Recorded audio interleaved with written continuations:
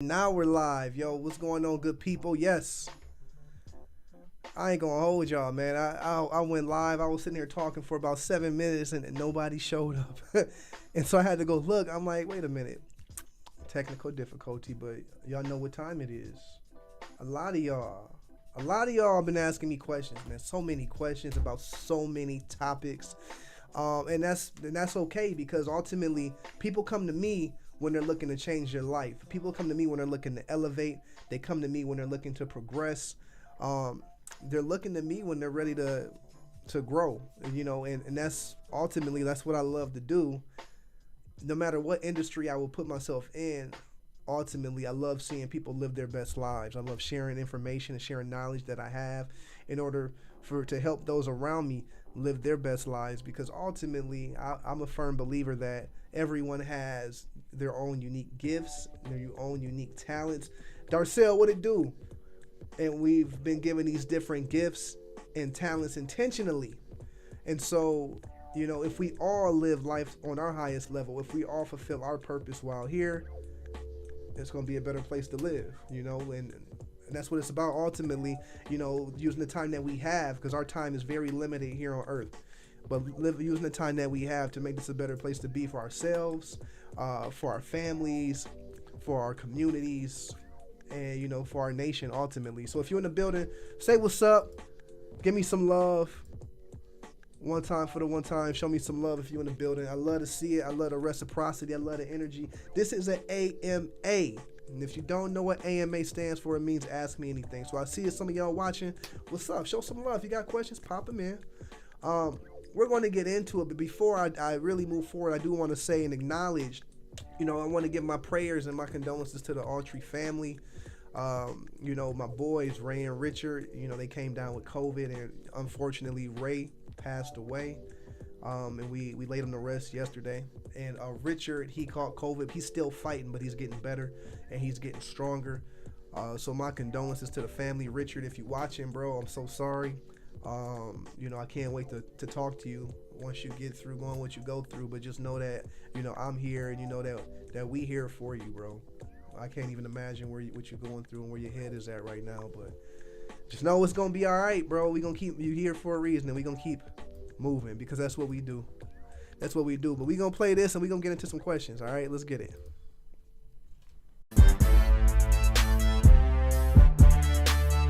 Fyi Friday. Tell me what you need. Real estate, condo, real estate, land, real estate, commercial, real estate, breed, real estate, got it, real estate, me, real estate, got it. You already know I got it. Pasker real estate, we rockin'. Young millennials, we poppin'. Tell them other folks to stop it. Tell me what you need. Real estate, condo, real estate, land, real estate, commercial, real estate, breed, real estate, got it, real estate, me, real estate, you already know I got it. Pasker real estate, we rockin'. Young millennials, we poppin'. Tell them other folks to stop it. Tell me what you need. The man, the myth, the legend, Roddy P.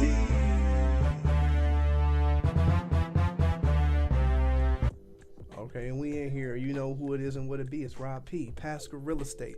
So, like I said, if you're in the building, do me a favor. I love the hearts. I love the hearts. And when you interact with this post, what's going to happen is it's going to show it to more people. So the more people we get in here, the better the questions can get, the more we can dive into, and we going up. We going up regardless. We going up regardless. So maybe like last week, I made a post on my story, just soliciting questions for people, and I got some good questions. So if you got some questions and you're watching right now, go ahead and put them in the chat. But we're going to get into it, because that's what I like to do. Okay, so I have a question here. Let me see if I can put it up here, because I think you'd like to see it, because it's a good question. And it's a question that I get a lot. And I mean, let me tell y'all what, there's no such thing as a dumb question. There is no such thing as a dumb question, y'all. So y'all ask anything. There's no such thing as an elementary question. If you ask me 1 + 1, I would tell you why 1 is +1. Okay. Darcel got a question, which is a good question, especially in this market where we have low inventory. You say, I'm someone who wants to build their home. What's the best way to go about this? Here's the deal. Now, it's definitely doable, but of course, just know that you're being ambitious to a level. So with that level of ambition is going to come a certain level of difficulty. But that doesn't mean it's not impossible. I've had clients as simply as just go get a new construction loan from a bank. And in order to qualify for something like that, of course, you have to be within your debt to income ratio threshold, meaning that the amount of debt that you pay versus how much money you make leaves enough room for you to go build a house, because it's very rare that somebody is out here building $100,000 houses, $150,000 houses. Typically, if it's a new build, you're going to be spending more than $250,000. In most cases, new builds are more than $350,000. So the first thing you want to check for is, based off of my debt to income ratio, how much home can I qualify to purchase? And based off that purchase, can I build something for that price? And if you can build something for that price, at that point, there's a couple different ways you can go about it. Most people who are purchasing new builds or building new homes, they are buying lots that are in subdivisions already, and then they're going to the book and they're picking out the house that's in the catalog. And then, because there's a builder that owns the subdivision, or there's a developer that owns the subdivision and they've contracted with a specific builder. And so that builder is going to build all the houses in that subdivision, but you buy your lot, you pick out the design that you want, and then you put your finishes on it. And so you just go to the bank, you get your new construction loan. And new construction loans, it varies by the different banks. But what's going to happen is you're going to close on the land. Then the bank is going to give a draw on the new construction. They're going to draw money to the contractors until the new build is done. So, hey, it's not impossible. Honestly, that's a great option in today's market where the inventory numbers are so low. It's a good option to look into. But the biggest challenge is, I would say, debt to income ratio. Make sure that you can afford to build a new home. And then also, you got to figure out which way you want to go, because if you don't buy a property that's in a lot or that's already put together, you're going to have to find some land. Then you got to make sure it's zoned correctly. Then you got to run lines, utility lines to the property. Then you have to find your own builder that you trust. Then you got to go through and you got to make sure that everything is permitted as you build. And so like I said, when you go off the path, the less beaten path, you're going to experience adversity, but that doesn't mean it's not worth it. But don't get it twisted either. It's a lot of homes out there that are on the market that are, great homes to live in. And don't get it twisted either. Just because you build a new house don't mean it's going to be perfect. Most contractors spend the first 2 years after building a house fixing it up, because, no house is perfect. But hey, that's what you want to do, I say go for it. I've helped people do it in the past. If you need some guidance, I'm your guy. Just let me know.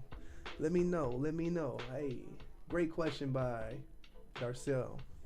All right, we got another one here from Shay Q. What it do, Shay Q? Shout out to Jay Dilla. I got my man Dilla in the background. Okay, how important is 2 years steady income for approval? Can you qualify with less than 2 years? Now that, my friend, is a great question, because when it comes to getting a loan, income is very important, as well as credit, as well as reserves, the cash that you have available, and as well as your debt load. So with that being said, I'm gonna bring it back because that's a good question. How important is that? It's very important. You're asking a lender to give you tens of thousands, and maybe even few $100,000 for a property on a 30-year mortgage. And so these lenders want to see that you're going to be consistent in paying them. They want their money. And so with that being said, it's everything. Now, there are certain cases where you don't necessarily need 2 years. But if you're employed, you get W-2s, they're going to want to see 2 years of tax returns and 2 years of W-2s to prove your income. On top of that, they're also going to look at 2 months of bank statements and 2 months of pay stubs.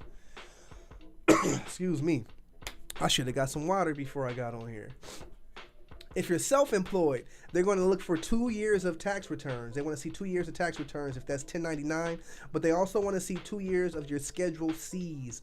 They want to see what you're doing with your money. They want to see how much money you're making. So especially if you're self-employed, and it's even a certain level, a degree of difficulty being self-employed, because now when you're self-employed, you're in control of your taxes. So if you're going to apply for a loan, you have to make sure that you file your taxes correctly to claim as much income to get the house that you want.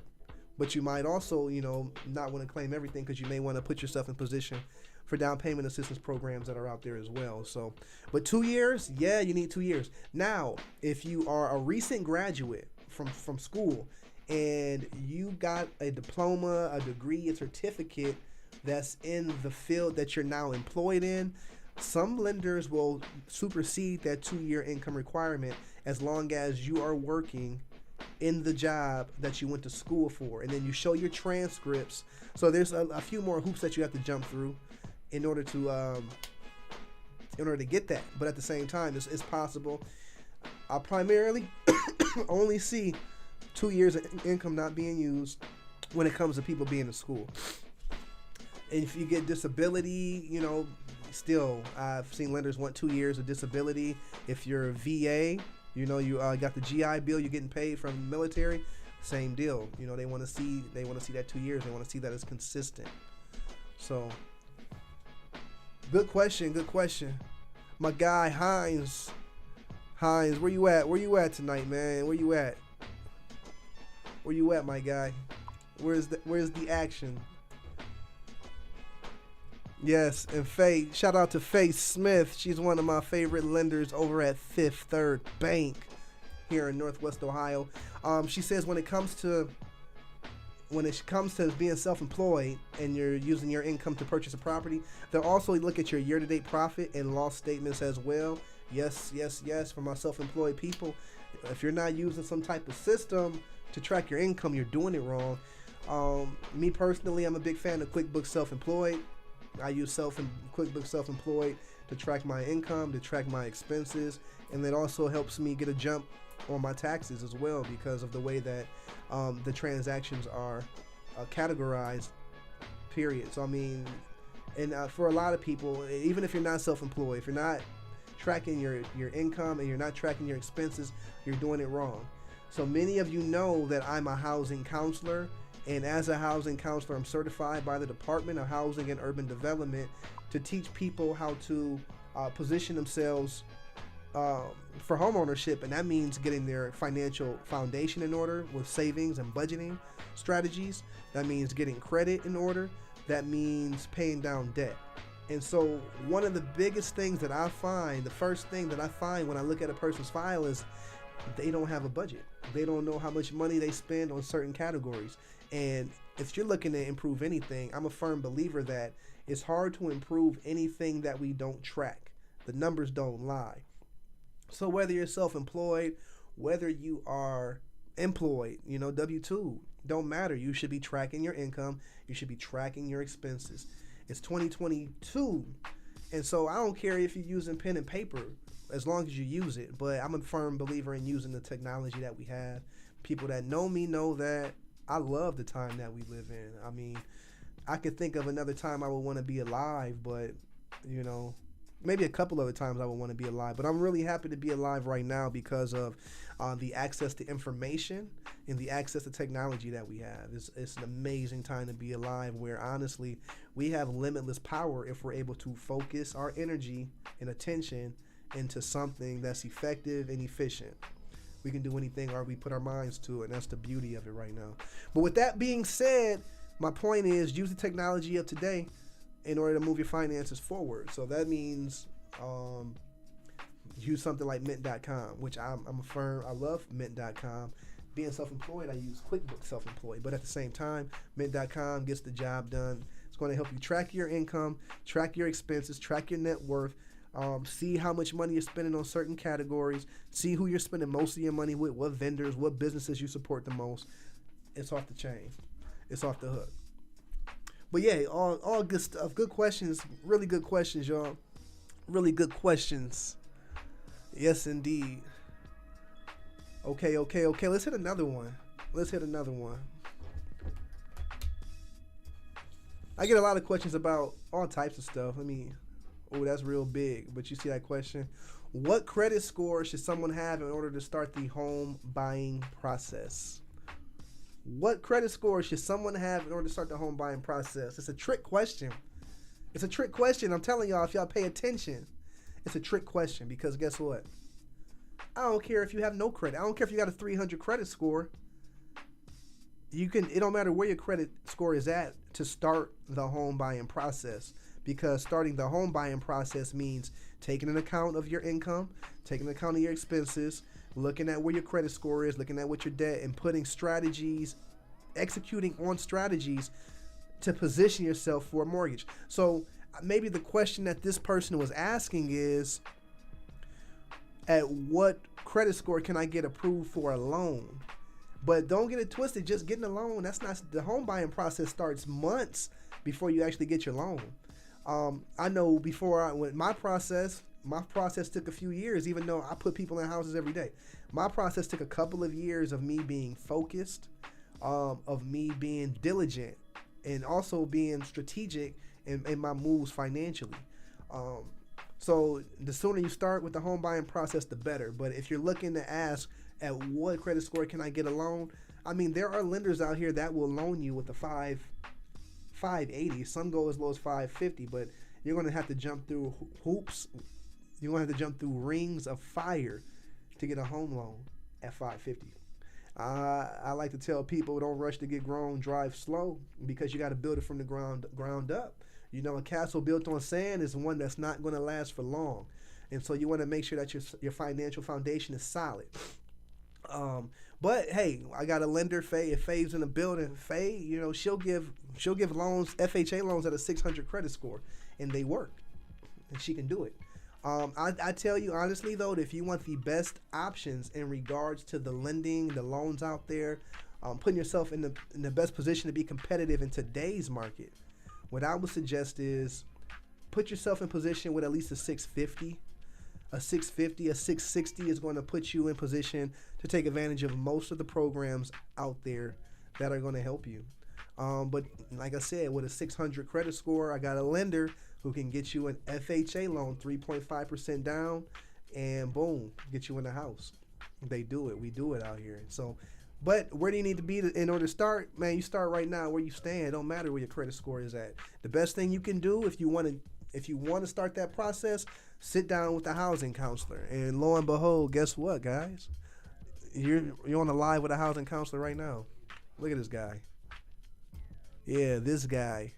I'm a housing counselor. Like I said, I'm certified by the Department of Housing and Urban Development to teach people how to position themselves for home ownership, amongst other things. Home ownership, preventing foreclosure, maintaining your asset, budget and credit strategies. Basically when it comes to creating a financial foundation, I can help you with that. Don't ask me no investment advice. I'm not going to give you investment advice. I'm not licensed for that. But I might tell you some things that have worked for me, because that's all I can go off of. Let's see. Who else is in? If you're in the building, let me know. Just don't be lurking. Don't be in here lurking. Don't be lurking. If you're going to share this time with me, you could be anywhere in the world right now, but you're here with me. So let me know. Show some love. Share it. Comment. Let me know. Let me see some hearts. All of that good stuff. All right, let me see. I got a lot of housing questions, but hey, if that's what y'all want to talk about, I ain't mad at that. I'm not mad about that.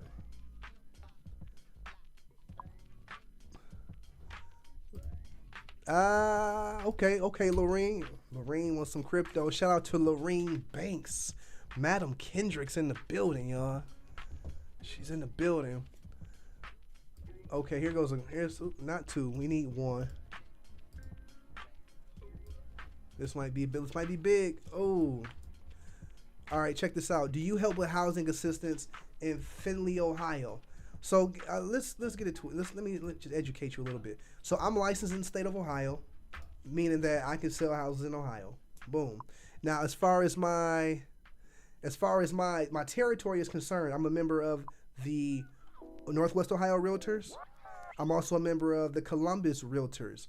And so, we're in the MLS, meaning we have access to the houses in Northwest Ohio and in Central Ohio. And I actually have my agent on the ground in Central Ohio. Shout out to Patricia Ziegler. She's my boots on the ground there. We also have access to properties in Cleveland and in Dayton. And so with that being said, we cover a very large territory in Ohio, and we're able to service people, seamlessly on that regard. As far as if you want to relocate, doesn't matter where you want to go. I have a network of real estate professionals that are going to treat you like I would, no matter where you go in the country. So I got partners all over, and I have partners that send business to me to take care of their clients here in Ohio as well. So I'm able to help you wherever you're going. And also take it a step further with this housing counseling. My housing counseling program is a national organization. So with that being said, my certificate that you'll get through going through the home buyer process will be good in any market. You can get your down payment assistance in any market with a certificate that you can go get through going through my program. So I can help you wherever you go. I'm your plug. I'm the plug. The plug. Yes. Yes, yes, yes, yes, yes. Since we on housing, I'm going to answer a couple more housing questions, and we're going to go on to a couple other topics because I can talk about housing all day. And I love talking about housing because housing, and honestly, if it's about investment, housing is the most important thing that you can invest in, because your house, for one, first and foremost, is land. God isn't making any more land, and if he is, it's a volcano, and you don't want to live there.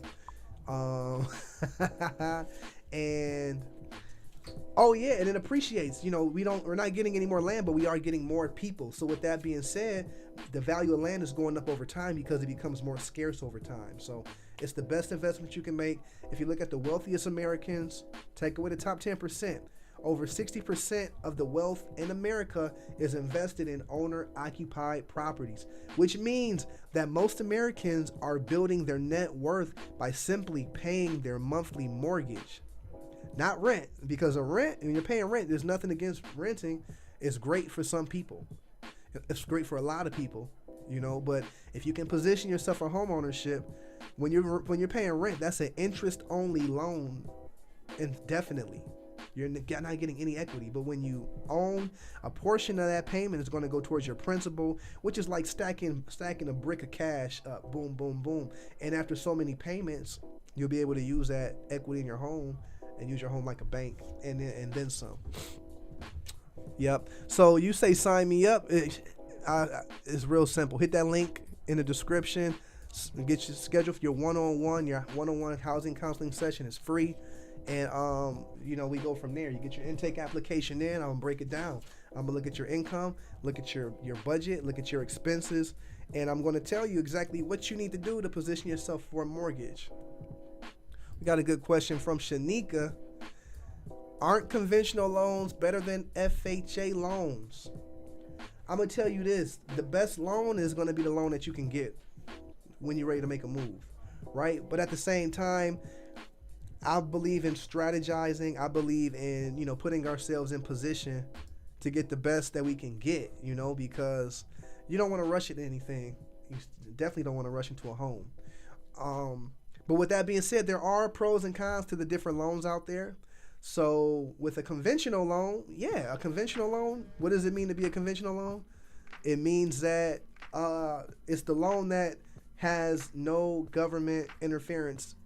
Not like, you have government-sponsored loans like Fannie Mae, like Freddie Mac, like the FHA loan. These are government-sponsored, government-insured loans.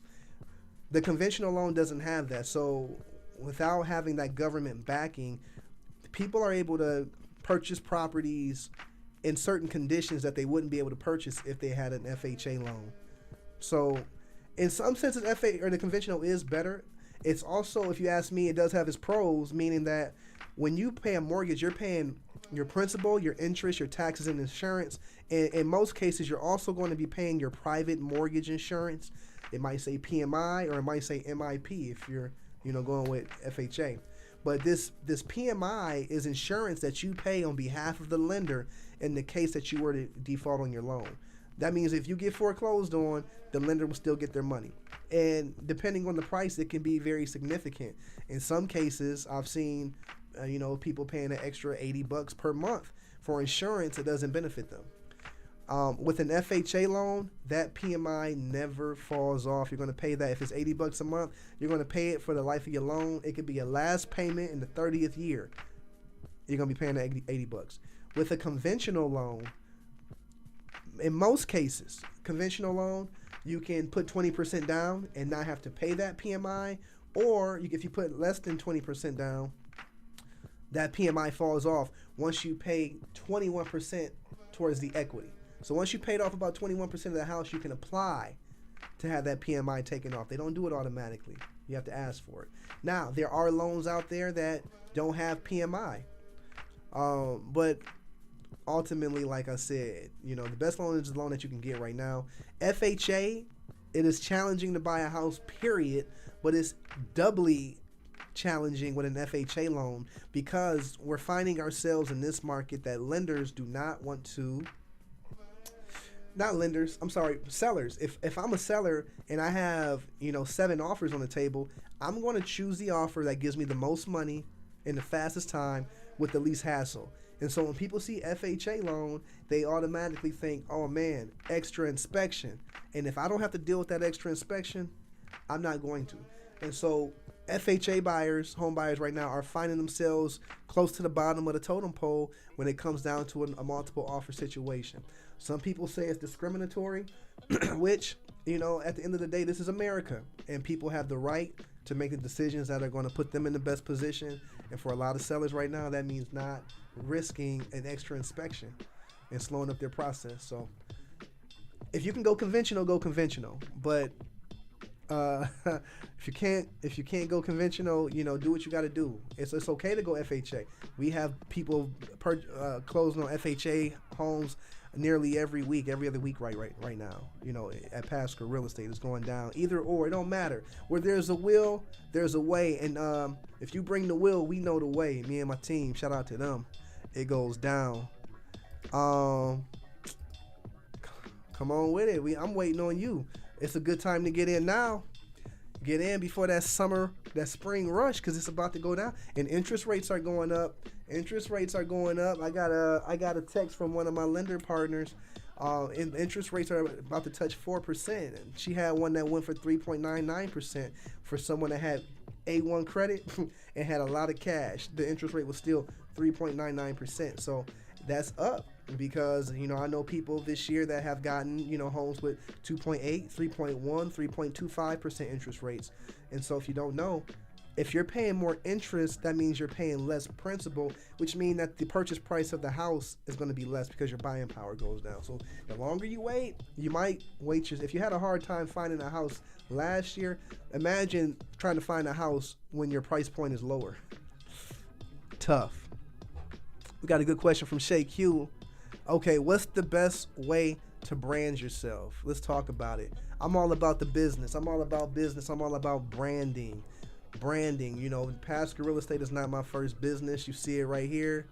Where is it? It's right here. There it is. Go Macho Go. Go Macho Go.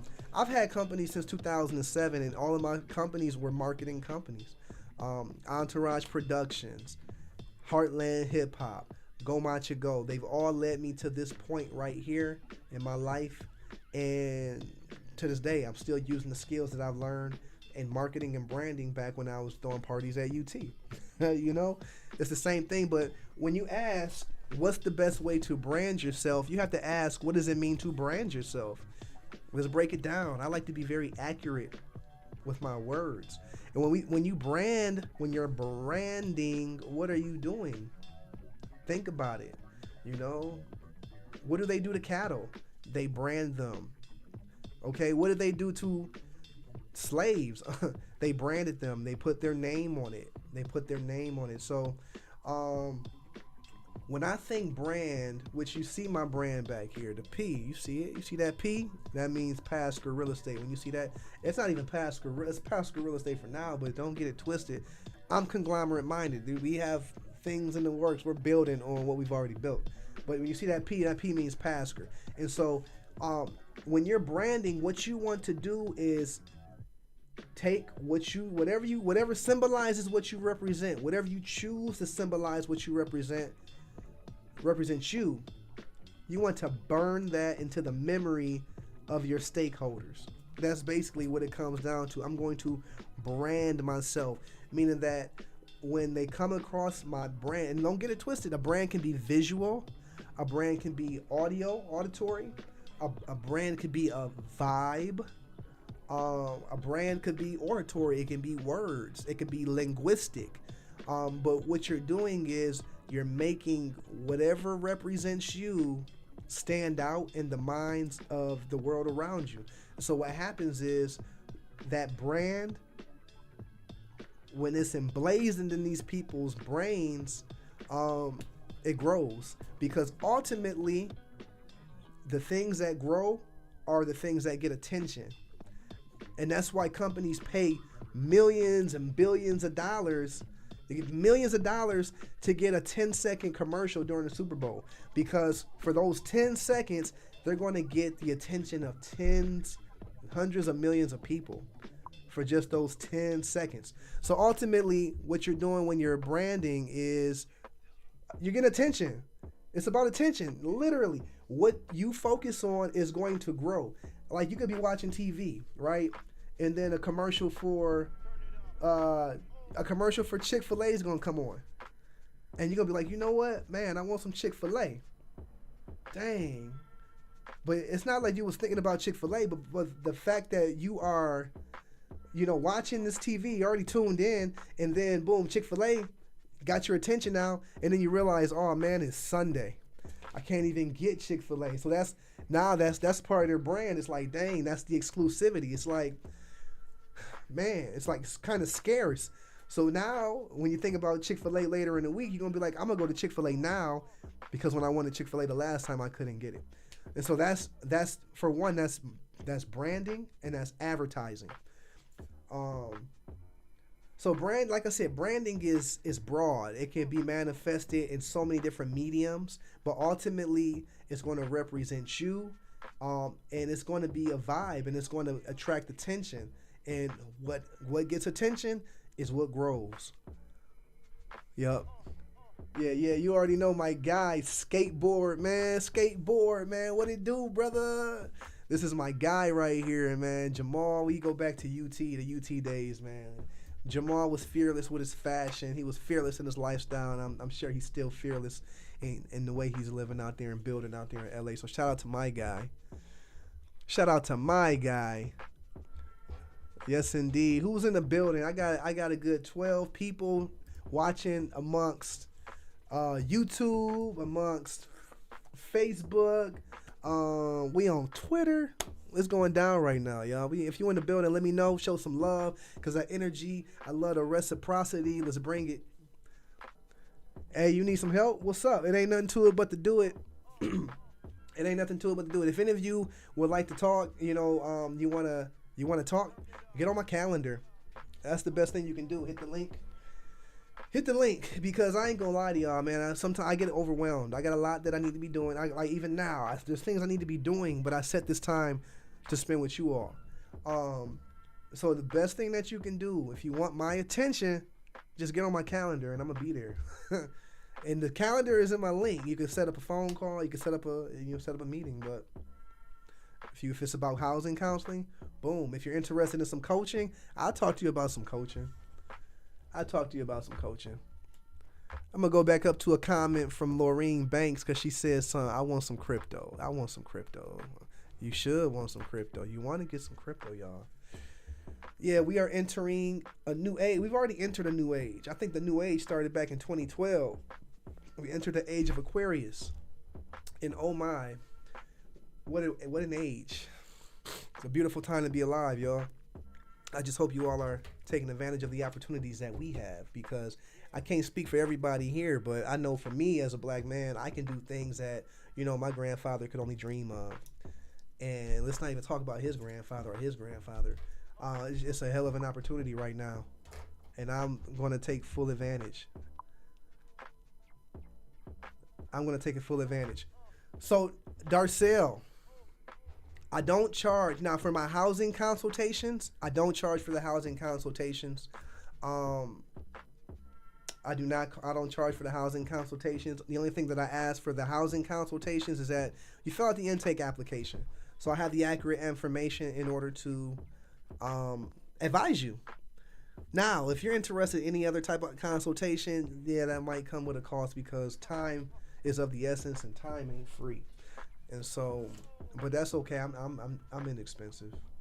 If it's about business building, you want to talk about building business, you want to talk about marketing, branding strategies, I'm all for that. You know, I do that with my agents. I teach them how to do what they need to do to stand out, but I'm willing to do it for the community at large as well. If you want to talk about, you know, pick my brain when it comes to some cryptocurrency and things like that, same thing. I'm willing to talk about it.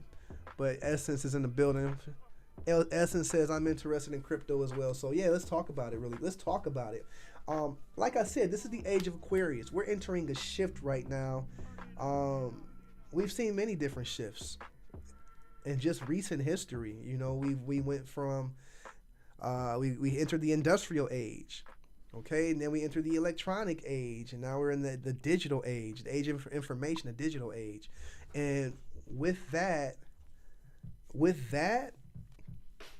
every time that the currency changes, whenever the age changes financially. We got one more question. Do you do financial planning? I am not. Listen, let's not get it twisted, y'all.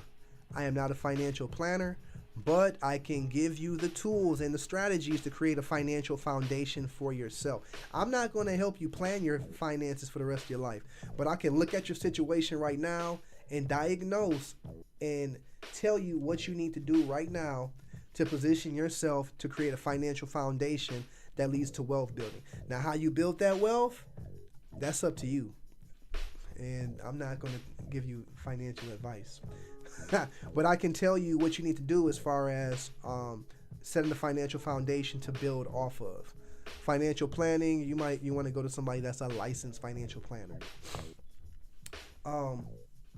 Okay, so let's talk about where we're at. All right, cryptocurrency. It's like a hot word. It's a buzzword right now. Everybody wants a piece of cryptocurrency, and as they should. It's based off of the blockchain. So the first blockchain that was created was Bitcoin, and it came out, if I'm not mistaken, about 2008. So what is the blockchain? The blockchain is a system that is peer-to-peer, meaning it is from person to person. No intermediary. There's no bank involved on the blockchain. There's no government involved on the blockchain. There's no organization that is looming over the blockchain. The blockchain operates on its own because the blockchain is verified by other individuals, peer to peer. So when you create a currency that people can exchange freely without government involvement, without organizational involvement, it creates an opportunity to do something that's very powerful. So this blockchain technology started with Bitcoin. I learned about Bitcoin maybe back in like 2012. I worked at a restaurant back at Hyde Park, and one of my dudes, if he's watching, Alan, he was a quiet guy. So I'm like, hey man, what do you get into when you're not at work? And he's like, music and Bitcoin. And I'm kind of like, dude, what is Bitcoin? Never heard of Bitcoin in my life. And I kind of looked into it back then, but I didn't get jiggy. I didn't get jiggy back until 2018. And at that point, Bitcoin, back when Alan had told me that Bitcoin couldn't have been more than no more than like $200. Fast forward to 2018, Bitcoin was sitting at like 4,000, 4,500. So I bought some Bitcoin at 4,500. Over the course of the next couple of months, it shot up to about $12,000, and this was in 2018.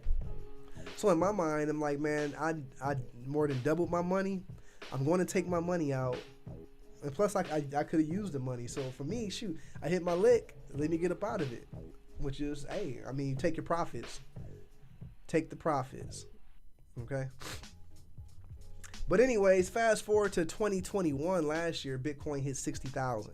And can you imagine, had I just let my money sit, how much increase I would have had? You know, I'd be sitting kind of pretty right now. And so yeah, I've been trading cryptocurrency since about 2018 actively. And I mean, honestly, the strategies that I use, I just buy and hold. I'm not a day trader. You're not going to catch me watching the charts. Nah, I look at the charts every day. Don't get it twisted. I see the charts every day. I get notifications when certain tokens, certain coins have certain movement, because I need to be in the know. I need to be ready to bust a move when it comes. But I'm not one that's sitting there day trading and swing trading. I mean, for me, in the time that I have, I'm not about to go through all of that, because I can more effectively make money focusing on what I have going on versus day trading. But there are people that day trade. And to do that, you got to spend hours and hours of just studying, getting your knowledge game up, understanding charts, because it's very risky if you make the wrong move. People ask me all the time, hey, how do you find out which tokens to invest in? I'm going to tell you, it's a million different tokens out there. Hey, I created my own token. It's called the Ankh token.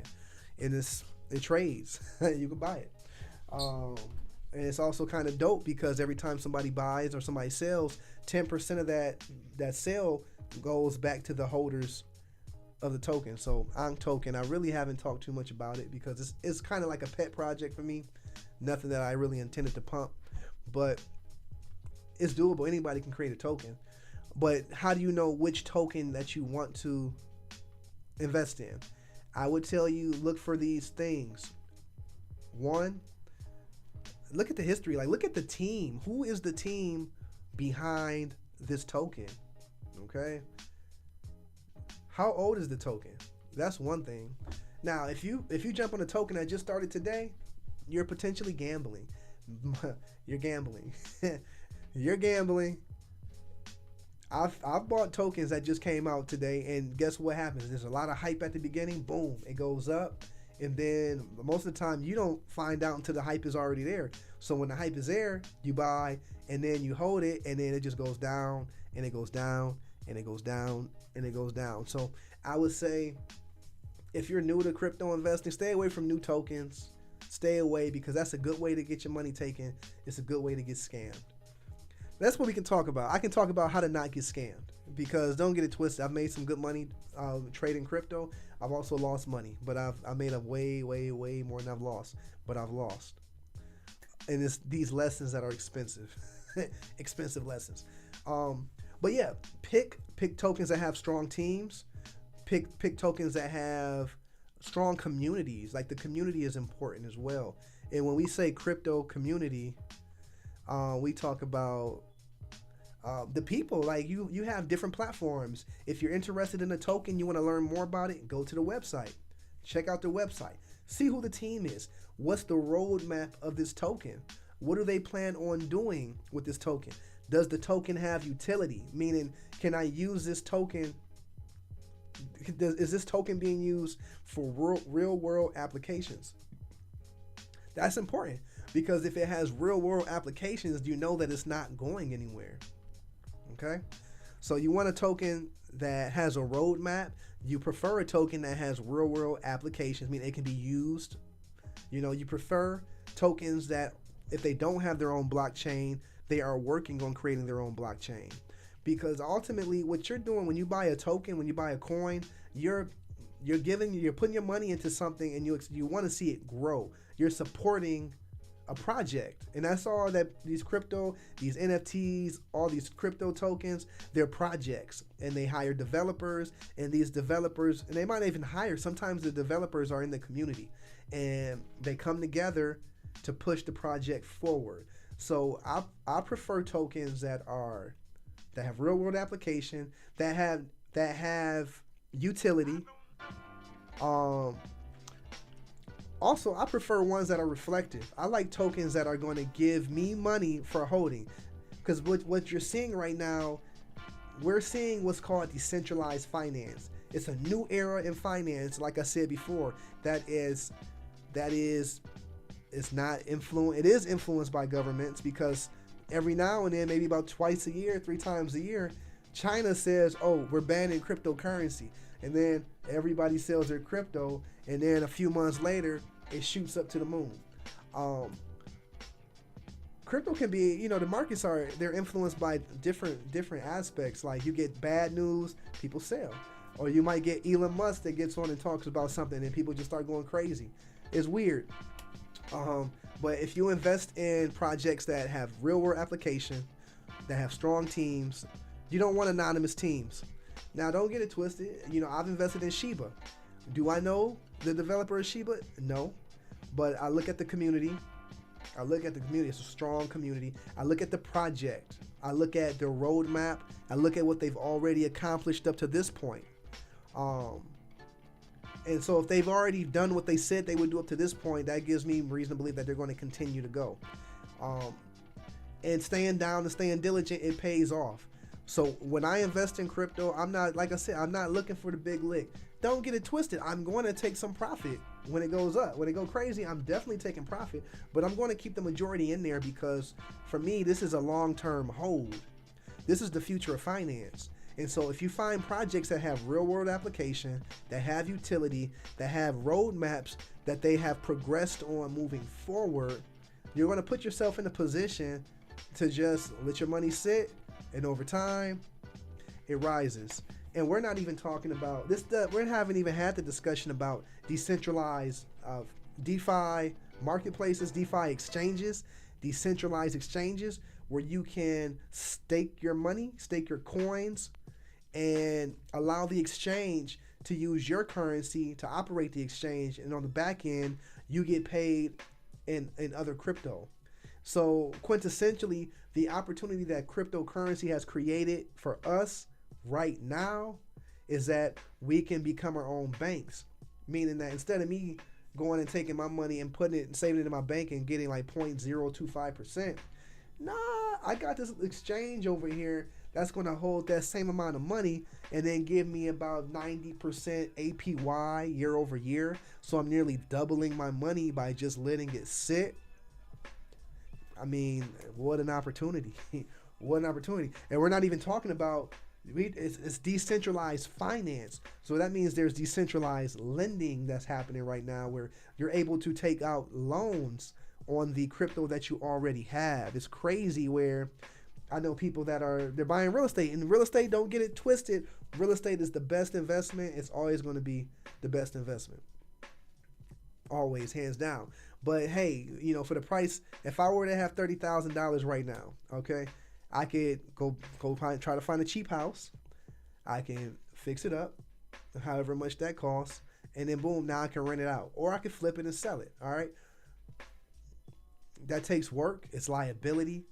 All right, or I could find me a stable coin or a coin that over time is stable. You have stable coins, you have altcoins, you got the main coins. The main coins have their own blockchains, but you can find you an altcoin that you believe in, and like I said, to take that 30,000 instead of putting it into some property with the liability of the property, you can stake that, and if you're getting 80% APY year over year, you're almost making the same amount of money you invested just by letting it sit there.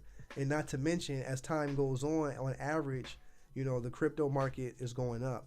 And so when Bitcoin goes crazy, a rising tide lifts all boats. So yeah, I don't know. I can go on and on about crypto. If y'all got any specific questions about it, let me know. But yeah, I love it. It's helped me change my life. It's given me a sense of security that I didn't have in the past. And I would tell you all to behooves you to become literate in cryptocurrency and, start putting a little bit in now and just let it sit. Don't look for crazy returns. Just over time, consistently put in and buy the dips because it's going to bounce back. All right. Who's in the building? Y'all real quiet right now. My guy Juan got a good question. Should I sell my home and needs $30K in repairs? I'm a 22-year-old welder making $45K with $22K in debt. I guess the question would be 30K in repairs. The question is, can you live in it? Juan, are you watching right now? If you're watching, let me know if you can live in it. Because if you can live in it, 30K in repair sounds like a lot. And that kind of sounds like that's not livable. Doesn't sound like that's livable at all, actually. But I mean, you'd be surprised. I get a lot of people that say, "Hey, man, I got this house I want to sell. Hey, I just inherited this house," and you'd be surprised how many times the first thing I'll tell somebody is, "Nah, man, your best bet is to actually just keep the house. Like, why sell it? You already got it. It's already yours. Why would you sell this house?" You know? But people go through things. And people sell their houses when they have a life change, frankly. And that could be a lot of things. A lot of people sell their houses when they get divorced. A lot of property passes hands when somebody passes away. You have people that are determined to move, so they sell their home because they want to upgrade or they want to downsize. You got the people that are desperate to move because they're being relocated. There's a family change or there's a job change. There's a lot of reasons that people sell, but primarily people sell because their life is changing. Okay, you're living in it, so I mean, if you're living in it, it can't be that bad. Honestly, you say 30K, but I guess the question is, how much of that is like you need to do it like right now? If it's a situation where you can live with it and then over time work on it, you know, if depends on the repairs, but you're a welder, so you're not afraid to get your hands dirty. You're not afraid to do things with your hands. So at 22, I would take that, my skills, I would pick up some skills and I would learn how to fix my own house, because it might be 30K if you hire somebody, but if you were to do the stuff yourself, if you can build the skills, the first thing I would tell you to do is keep the house. Don't sell the house. But if you find that it's stressing you out, if you find that it's like the bane of your existence, if you find that it keeps you up at night, if you find that it gives you anxiety, then yeah, you might want to sell the house. You might want to, and that's okay. Because in this market, I don't know, I could look at the property, I can do a comparative market analysis for you and let you know what it could go for in the market that you're in. But I can imagine that your house will sell for a nice price, even if it needs repairs, and that will help you get out your debt, but it'll also help you create a nest egg where you have security and stability, and then, go out and buy another one. Shoot. Work on your credit if it's not already there, and then go finance a home that's move-in ready. And you got your nest egg, and you're cool. Man, you just focus on increasing your income at that point. At 22, the main goal for you right now should be picking up the skills and picking up the knowledge so that you can maximize your earning potential. Because you got, we knock on wood, we pray you live a long life, man. You got the world in front of you, man. You got a lot of time. So just stay down, stay diligent. Focus on acquiring the knowledge and acquiring the skills that are going to put you in position to maximize your earning potential. Because by the time I'm 34, I'm going to be 35 in February. My goals right now for the next 15 years of my life, I want to make as much money as I can until I'm 50. I want to make as much money as I can. I'm all about increasing my earning potential, but it's taken me years, it's taken me decades of experimenting, decades of trial and error, decades of staying down and diligent and sacrificing to get this knowledge to put me in a position to be able to earn as much as I can. And there's more. I'm still young in my prime. And so that's what I say. Keep your house if you can stand it. If you can't stand it, if it's stressing you out, don't. Listen to Chill Hop with your screen locked. But yeah, what's up? If you're in the building, say something. Let me know. If you're in the building, let me know. This has been an AMA. It's been good. I appreciate you all for hanging out with me. I appreciate you all for hanging out with me. I got another one. Let's see. Will you be having another class soon? So yeah, I offer a lot of classes, people. Lots of classes. Education is my thing. Before I became a teacher, before I became a realtor, I was a teacher. And so I love to educate, and I educate in many different ways. And I'll just take you through it. Well, most people ask me that they're asking about my housing counseling classes, which that's cool, because that's what I do. I offer my housing counseling class every second Saturday. My office, the Borrower Help Center, NID's Borrower Help Center, based out of Detroit. Every second Saturday from 10 to 3, we give our virtual homebuyer workshop where you get all the information that you need to get your certificate. Give you all the information you need to become a homeowner, honestly. We give you the game. We talk to you about your credit, your debt, how to get a mortgage loan, talk about fair housing, talk about savings and budgeting. We talk about how to maintain your asset once you get it. Every second Saturday. Link in the bio. Hit the link. Get locked in. All right. What else? What other class we got coming up, man? Let's hit them with it. One time for the one time. We gonna hit them with it. Because we out here building. We're building right now. We're nation building. We're mobilizing. We're elevating. We're progressing. It's going down. Me and mine, the people around me, you about to watch this growth. Y'all about to witness this growth. And if you want to be a part of it, come on with it, man. It's going down. So as a real estate broker, Pasker Real Estate, it's my duty to put my agents, put my people in the best position, whether they're my clients or whether they're my agents. And so with that being said, I got a lot of people that are in school right now that are preparing to take their test. So I'm having my Pasker Real Estate test prep this Thursday. We're going to go over the practice test. I'm going to give my strategies for passing the test on the first time. I took the test twice. I took it once to become an agent. I took it another time and had to score higher to become a broker. And so, boom. I'm giving the game. I get a game away for free, y'all. Well, that's the issue. I give it away for free, and so people don't value it. You know, if I made people pay for it, I think then my stuff would go crazy, right? But anyways, this Thursday from 6 to 8 at the Pasker Real Estate office, boom, boom, but wham, bam, thank you, ma'am, it's going down.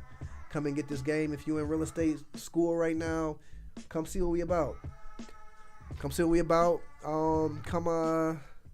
get some of this game. I'm telling you, I'm a great test taker. I was so good at taking tests when I was in school that it made me lazy. Where I would look, especially in college, I would look at the syllabus and I'd be like, nope, I'm not doing this paper. Nope, not doing this paper. Nope. No, why? Because I'm going to pass this test with this type of grade. That's how good I was, right?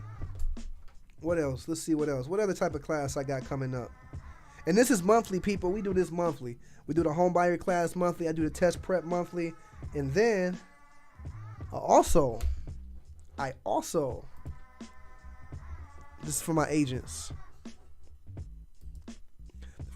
These are my people, man. My agents. Shout out to my team. Shout out to my agents. I'm so proud of them. So proud of the success that they've accomplished this year. We've reached new levels and new life. They're changing their lives. I'm watching my agents change their lives. But boom, on the 22nd, January 22nd, 10 to 2. It's for my agents, Pasker Real Estate Boot Camp. I'm teaching them the game. I give them the game. Like they say, give me the game, Ghost. I give my agents the game. But in this particular course, I'm going to teach them what they need to know to hit the ground running. As real estate agents, I'm going to teach them how to market themselves, how to brand themselves. I'm going to give them some mindset training. I'm going to give them some dialogue and some script training. And also talk about, presentation skills and also some professional standards that create a customer service experience. And so, honestly, 4 hours is not enough, but, my agent's going to be there and we get a sponsor, we get our lunch sponsored. It's a cool, we building out here, man. I got a team of entrepreneurs that's out here getting it. Black millennial entrepreneurs, and it's a beautiful thing. Essence Coleman, do you offer virtual real estate classes? The question is, Essence, what type of classes? Because real estate is very broad.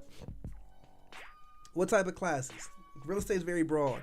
Everything that I just talked about is all virtual. Well, the boot camp's not virtual and the test prep's not virtual. But my home buyer education workshop is virtual every second Saturday. Facilitated by NID's Housing Counseling Agency, my team of counselors. We're all real estate brokers and we're in these streets doing it. Now, as far as I don't offer the classes to get you your licensure, you got to go to a school for that.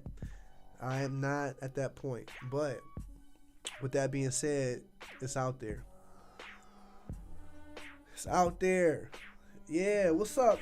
Any more questions? We've been at this for about an hour. I just been blabbing, jibber jabbering. It's been going down. Go ahead, stream all night. Hit that link in my bio. You want to hear some music by me? I love music. Hit that link in my bio. Stream all night by Pasker on your favorite music platform: iTunes, Apple Music, Spotify, iHeartRadio. Yup.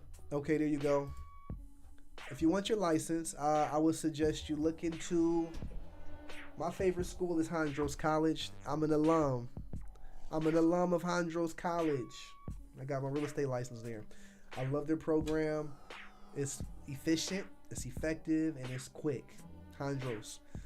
You might pay a little bit for it, but the best investment you can make is into yourself. All right, let's see. My boy Jamal. Let me see. Let me ask you this, Rob. What's the overall outlook on medical marijuana and commercial medicinal properties in Ohio at this time? Good question, my guy. You know what I'm going to tell you? I think that medicinal marijuana and possibly even... Now, Ohio is a little bit more conservative, but I definitely see medicinal marijuana on the menu. I think it's going to happen sooner than later. So... what I would recommend, if you got the bread and you're looking to invest in commercial property, get them now. You know, if you in Toledo, we got these like old Taco Bells that people buy and they make other buildings. You can find you a building and repurpose it. But right now, yeah, if I was in the market for commercial property, I would be buying properties that are just vacant that I can repurpose and create dispensaries with. And so, I mean, the guidelines, the laws haven't been created yet. So I'm sure that there will be laws. And if I'm not mistaken, there are dispensaries already. I don't visit them, but they're here because I hear of people having medical marijuana cards in Ohio, which I don't frequent. But yeah, commercial real estate, that's a bomb industry. You got to think it's a huge industry. It's exploded, which we talked about this years ago.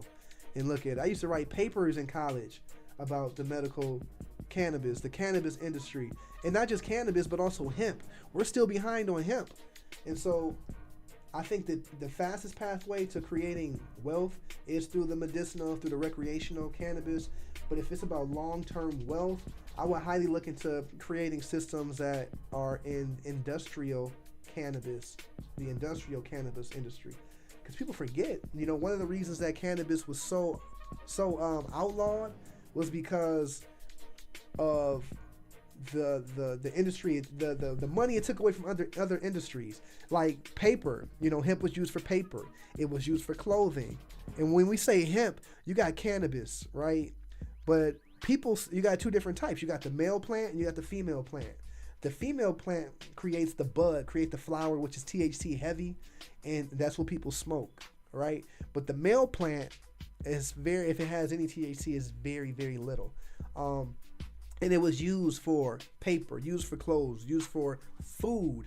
You know, there are places in the world where they built concrete, like hempcrete, where they mix the hemp with lime, and they create a concrete that's still standing to this day. Is very strong. Stronger than steel in some cases.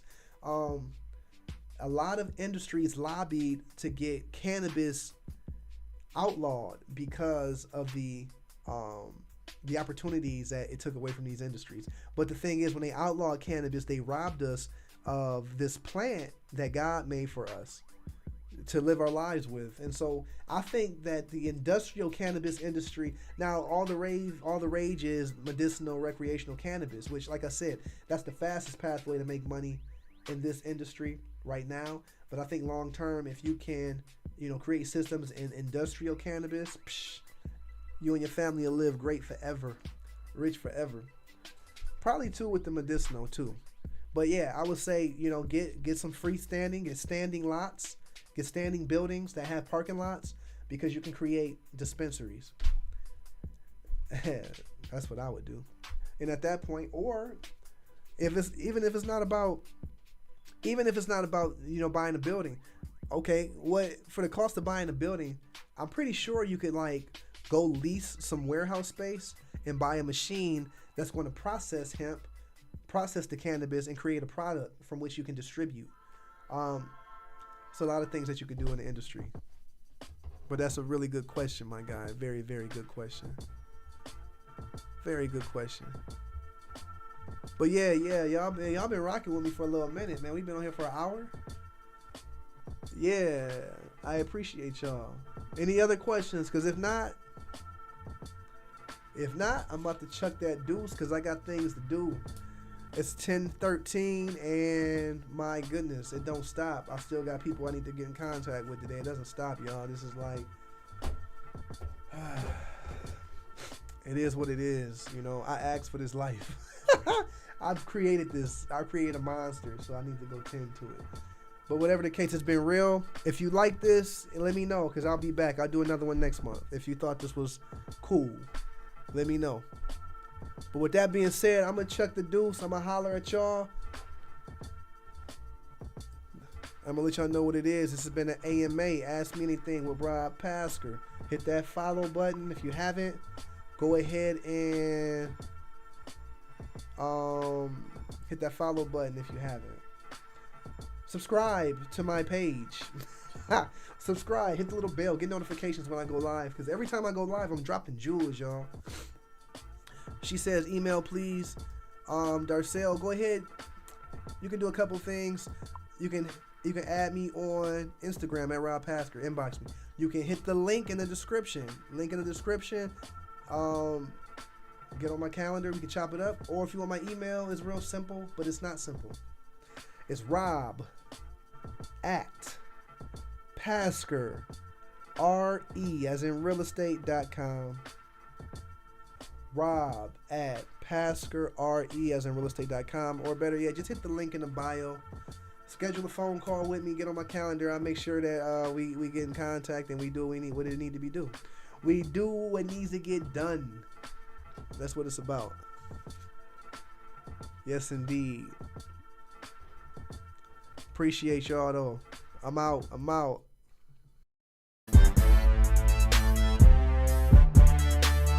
Fyi Friday. Tell me what you need. Real estate, condo, real estate, land, real estate, commercial, real estate, real estate, got it, real estate, me, real estate, got it. You already know I got it. Pasker real estate, we rockin'. Young millennials, we poppin'. Tell them other folks to stop it. Tell me what you need. Real estate, condo, real estate, land, real estate, commercial, real estate, real estate, got it, real estate, me, real estate. You already know I got it. Pasker real estate, we rockin'. Young millennials, we poppin'. Tell them other folks to stop it. Tell me what